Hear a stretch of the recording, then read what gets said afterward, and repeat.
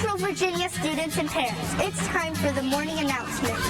You're watching CBS 6 This Morning with Rob Cardwell, Reba Hollingsworth, Brendan King, Caroline Colburn, traffic with Kristen Brewers, and weather with Tom Patton. Oh, those pictures. Well, good morning to you. It's Monday, August 18th. I'm Reba Hollingsworth. We have team coverage this morning as many students in Central Virginia return to school today. Rob is anchoring our coverage live from Colonial Heights High School. Brendan King is live from Fox Elementary. Caroline is taking a look at some new policies in Chesterfield, and Kristen shares some tips for bus safety. But first, let's go outside to Tom with a look at your forecast. A lot of kiddios going to the bus stop this morning, Tom. Yeah, it's a nice morning. I tell you what, we have a little bit of sunshine to start the morning here. It's a little bit breezy. It feels nice out here. It is a little bit on the humid side, but I think the clouds will be right back, especially later this morning and into the afternoon hours. So skies will become mostly cloudy. A slow-moving cold front will be bringing cooler air in, and that cooler air will be with us throughout the week. When I say cooler, I mean highs generally in the 80s. Isolated showers and storms this afternoon. Better chance east of town. It's going to be a little bit heavier east of town as well. And then Aaron will bring some rough surf, some rip currents, of course, by the middle of the week, and potentially some coastal flooding for our neighbors over in the Chesapeake Bay area. 73 degrees right now at the studio. The dew point is 71, so still on the muggy side. And wet pavement in some areas. There were some heavy showers and storms that rolled through some spots last night into early this morning. Those are out of the picture. 70s right now as we see the remnant of those showers kind of moving. There we go. And some folks got a couple inches of rain. To the north, you can see more clouds. Those will start to build in again later this morning through the afternoon hours. And as I said, the chance for a shower or storm, and there'll be a little better chance east of I-95. Let's go back inside to Reba. All right, thanks, Tom. Well, some of the school districts welcoming back students and teachers today are Charles City, Prince George, Sussex, King William, and New Kent schools. That's in addition to Henriker, where all the students will go back today, and only some students will go back in Richmond, Chesterfield, and Hanover schools. And another district starting today, Colonial Heights. That's where my good friend Rob Cardwell is hanging out this morning. Good morning, Rob.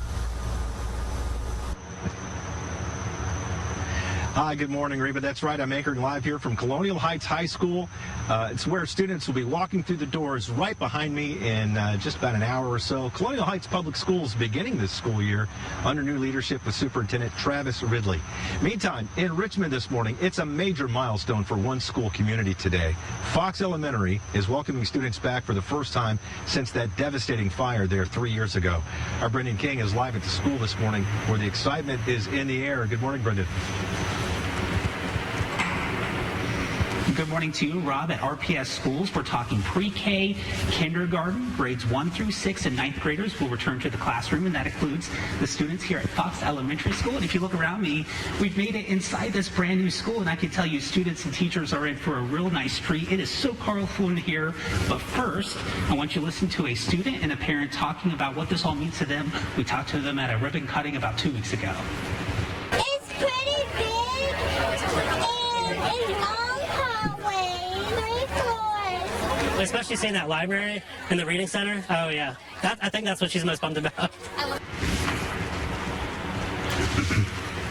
Well, the school's transformation marks the end of a $31 million journey, one filled with fundraisers, construction delays, community support, and what they call resiliency. So I can tell you the rebuilt classrooms and spaces pair historical elements from the old building with new tech, new configurations, fresh paint. 2nd District School Board Rep Katie Richards says the new building is also now fit with a robust sprinkler system. It's a key feature that the prior building really did not have due to how it was originally built about decades and decades ago. We have learned a lot about making sure that our systems are up to date and that things are being kept current. I think it also has shown us that we need to invest in our school buildings, and that is not happening. It's still not happening, and I think that's something that we really need to ask our local and state governments to do. All right, so what's next on this Monday morning? We are expected to hear from Superintendent Jason Cameron and other school leaders at a press conference.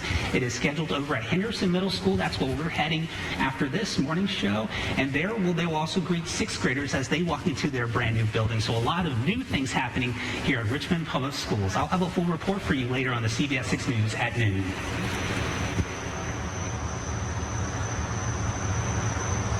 Thank you, Brendan. Wow, what an exciting day for the students at Fox Elementary School and for the students here at Colonial Heights High School, too. I'm very excited about meeting them in just a little bit. Now, in just about 10 minutes, Caroline Colburn will join us live with details on some new speed enforcement cameras that you're going to see around the school zones across Chesterfield County today. We'll tell you what that means for students and parent drivers. But for now, let's send it back to the studio with Reba. All right, thanks, Rob.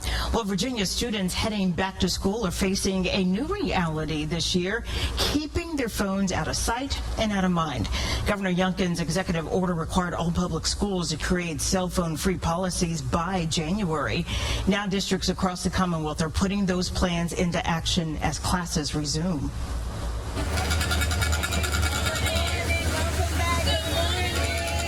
School is back in session, and there's one assignment every school district in Virginia had to complete. I don't think the kids need to have phones in school during the day. You know, they need to be focused on learning. We're talking about cell phones, and last summer, Governor Youngkin signed an executive order directing new cell phone-free policies in all Virginia public schools by January of 2025. Cell phones and social media have, in fact, been very clearly determined to cause a massive increase in childhood suicidal ideation and depression.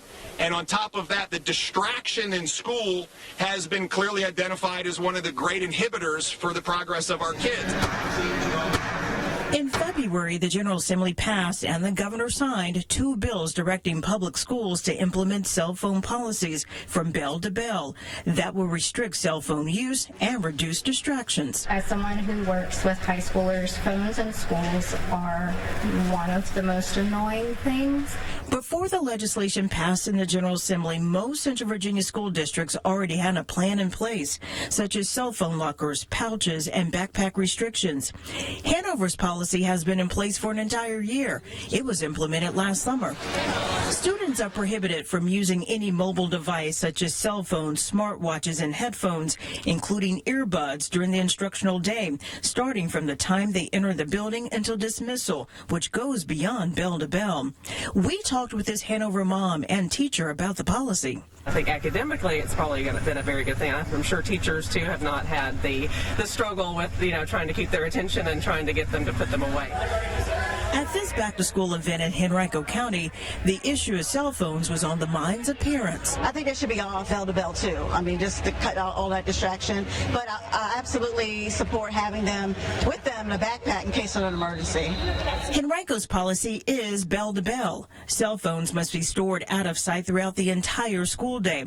They have to be placed in storage containers in each classroom. Phones must be in backpacks and personal bags between classes and at lunch. Chesterfield, Richmond, and Petersburg all have similar policies. Devices must be stored away throughout the school day. And back to our Hanover mom. She says, like her son, it will take some adjusting. I know that he would like to be able to take it out on times that's not instructional times, maybe at lunchtime, but it probably does promote, I would say, more of a social aspect and being able to talk to their classmates instead of being on the phone the whole entire time. Since Hanover had its policy in place for an entire year, has the district seen a difference in the classroom? I talked with Assistant Superintendent Chris Whitley. He says, well, they can't speak for every student and teacher. However, they believe the district-wide policy has minimized distractions, which he says is a positive step forward to supporting their students' mental health and well-being. And as you're getting ready to get your students off to school, we want to see their pictures. This is a miracle. She's all ready for the first day of second grade at Donahoe Elementary in Sandston. Look at her.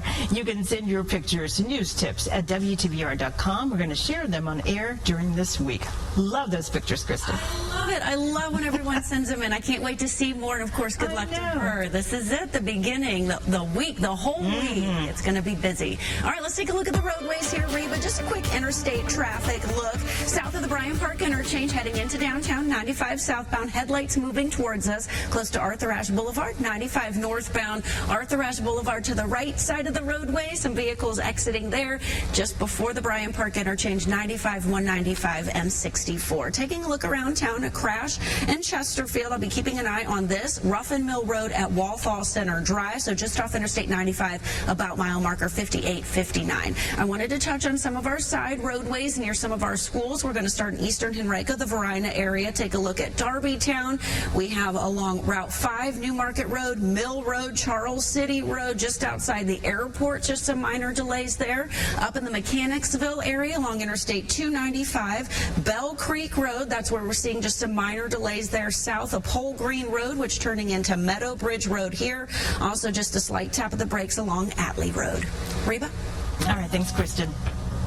The Richmond community came together for a big back-to-school send-off. Over the weekend, Radio 1 Richmond and various radio stations hosted their annual Prep for Success back-to-school event. Students and families were given a free day of fun featuring games, bounce houses, music, and the best part, free haircuts and school supplies. On top of that, over 20 local vendors were present to help give families access to health care, mental health services, insurance, and more. We have a couple of mental health resources here. So outside of actually giving them school supplies, we want to make sure that they're successful, mind, body, and spirit as well. Radio 1 Richmond says for the past 9 years, they've collected and distributed over 14,000 school supplies to families across the greater Richmond area. All right, it is 6:40. Let's go see Tom. Hey, Tom. All right, good morning, Reba. We've got a beautiful start here. Bus stop, no problem this morning, although could be some puddles around some areas. Did have some heavy rain overnight into early this morning. That's out of the picture. Mostly cloudy. We're starting clear, but I think clouds will quickly move back in today. There could be a shower or two this afternoon. I think a better chance east of town. We'll just give today a C, because you folks east of town could get some heavier showers later this afternoon, but only 82. Cooler air this week. We'll talk about that coming up. Let's open up the window and see what's going on. Not the school window. Those are hard to open. Oh, come on, Roy. Maui sunset. Do you have to do that? Roy Lowe, we appreciate sending that in. I'll tell you what, that is outstanding. Never been to Hawaii, one of the 5 states I've never been to. Roy, we appreciate it. Pics at WTVR.com. Reba, back to you. Come on, Roy. I want a picture. Well, it's time to slow down or pay up. Chesterfield police are watching school zones with new speed cameras. How going just 10 miles over the limit could cost you $100 in your mailbox. And are you feeling lucky what the Powerball jackpot is up to now after there was no winner Saturday night?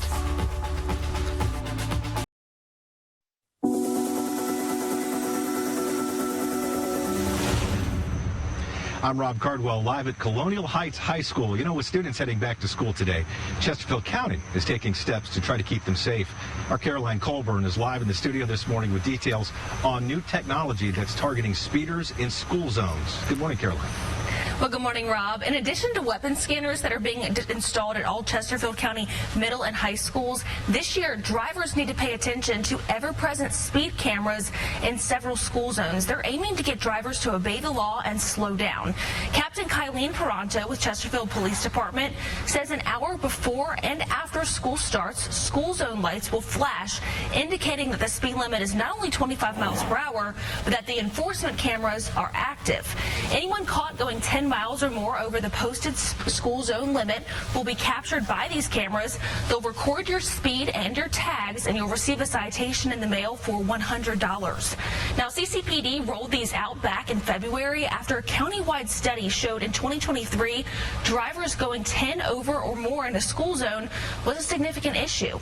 So far, the cameras are present at 9 different elementary, middle, and high schools, including Marguerite Christian Elementary. Obviously, in school zones, we have our children who are driving, we have our school buses, and our community members who are dropping off our students at school. And our photo speed enforcement is there to enhance our driver safety and to protect our children who are our vulnerable population in our county. I think it's a good thing that they're doing it, especially at this school. The speeding throughout here is ridiculous. They're always speeding and stuff, so I think it's going to be a good thing, especially for the school to have it reinforced. Matoaka Elementary, Manchester Middle and High Schools, Meadowbrook High School, and Bailey Bridge High Schools also just got these cameras installed. They have a 30-day grace period that goes into effect August 20th. Rob? Caroline Colburn reporting for us. And in just a little bit, we're going to check in with our Brendan King. He'll have more on Richmond Public Schools this morning, including the exciting reopening of Fox Elementary School after that devastating fire. We're going to have that and a lot more still ahead here on CBS 6 this morning. All right. Thanks, Rob. Let's go to Kristen now with a look at the roads. A lot of company on the roads today, Kristen. A lot of company. You're going to see those big yellow buses out there, Reba. We're going to start just a look at interstate traffic quickly because we have picked up some activity, 95 northbound close to Lewistown Road. This is mile marker 89.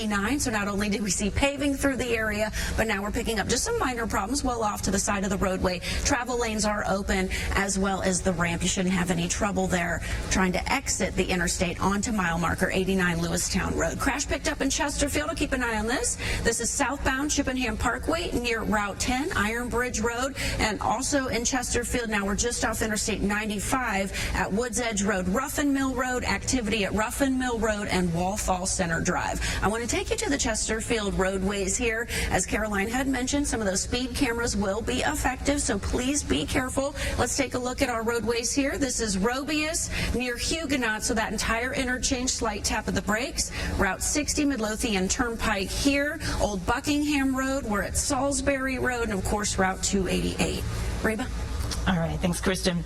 After no winner Saturday, the Powerball jackpot is now up to a whopping $605 million, the biggest jackpot of the year so far. That comes to a cash value of just over $273 million. I could work with that. Your odds of winning about 1 in 292 million. Now, if you want to try your luck, the next drawing is tonight. And by the way, the largest Powerball jackpot ever was upwards of $2 billion. That was back in November of 2022. And Tom, what do we always say? We don't even need that much. We're not greedy people. Just a little bit, right? No, exactly. You and I have discussed that. It's not going to take much. Let's show you what's going on this morning. I'll tell you what, we've got a cold front working its way through, and that's bringing some changes. Let's go down to the Bahamas. That's where there are tropical storm watches and warnings. The Bahamas are on the left side of the storm, which is the safer side, so no hurricane warnings at this point. The right side of the storm is the worst, so out to sea is where it's going to be heaviest here, and Aaron should continue as a 4. It could bump up to a 5 temporarily again between that, but it should weaken to a 3 and then 2, and then out to sea, not till probably around Sunday or so, but wave heights are going to be very high from this, and this is several hundred miles out to sea where the highest waves are, but inland or close to the Outer Banks, Virginia Beach, some wave heights could be maybe between 10 and 15 feet, so that'll create some erosion and some issues, especially for the Outer Banks. The Chesapeake Bay, yeah, you could get some moderate flooding out of this as things could slosh around pretty good in the bay beginning around Wednesday through around Friday or so. 73 degrees right now at the airport. Temperatures are in the low to mid 70s in most areas. There's some rain last night. We had some pretty strong showers and storms coming through just around City of Richmond and eastward, and a couple spots had a couple plus inches of rain, so there's some wet pavement in many areas, and there could be some heavy showers again this afternoon and tonight. As this cold front slowly works its way through, we're going to get a cooler flow of air behind it. Clouds will return this morning, and excessive rainfall again, probably between 2 p.m. and midnight in the areas in green. Again, that's south and east of the city of Richmond, but some of the same areas that got some heavy rain last night. We could see a few showers around here by this afternoon, but the heaviest ones, there you go, after 2 to 4 right there east of town into the evening hours, and a portion of the overnight, some showers will still be possible. Again, those areas east of town could see some very heavy rainfall, and there could be some flooding as well. That's this afternoon through tonight. 80s for the next several days will be rather unsettled because that front is going to kind of stall out, keep us unsettled through at least Wednesday, but highs just in the 80s right through the next 7. Back to you in the studio. All right, thanks, Tom. Well, pack the lunches, load up the backpacks, and tie your shoes. The first day of school is here. Rob will join us live one more time from Colonial Heights High School, and Brendan gives us a look into the excitement at Richmond's Fox Elementary School as students prepare to return.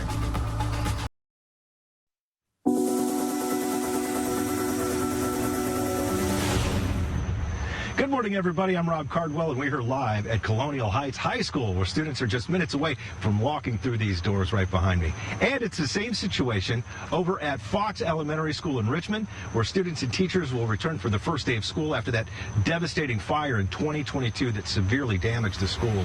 And that's where we find our Brendan King this morning. Good morning. Good morning to you, Rob, from Richmond on this Monday morning. And this is a really special day, especially for the students, staff, and teachers here at Fox Elementary School. This Monday marks 3.5 years in the making. 2 weeks ago, our cameras were rolling as school leaders held a special ribbon cutting for the families to walk through and tour the new school. I want you to listen to some of the comments that was said there. It looks great inside. We're excited. William Fox Elementary School is not just a school building. It is a community. It is legacy. It is love. Well, the school's transformation marks the end of a $31 million journey, one filled with construction delays, fundraisers, community support, and what they call resiliency. The rebuilt classrooms and spaces pair historical elements from the old building with new tech, new configurations, and a lot of color. I want you to listen to 2nd District School Board Rep Katie Richard. When the fire happened, people were devastated. This has been such a fixture on Hanover Avenue. It's the center of the fan. And people have gone here for years and years and years. All right, so what's next on this Monday morning? We are expected to hear from RPS Superintendent Jason Cameras and other school leaders at a press conference that will be held at Henderson Middle School. They will be greeting 6th graders for the first day as they go into their new school. So a lot of new things happening here at RPS. I'll have a full report for you on the CBS 6 News at noon. All right, thank you, Brendan. And that's it for me here at Colonial Heights High School. We're going to have more back-to-school coverage. It continues throughout the day here on CBS 6, and I'll see you today on the CBS 6 News at noon. Now back to Reba in the studio. All right, thanks, Rob. Right now, here's a look at your primetime lineup.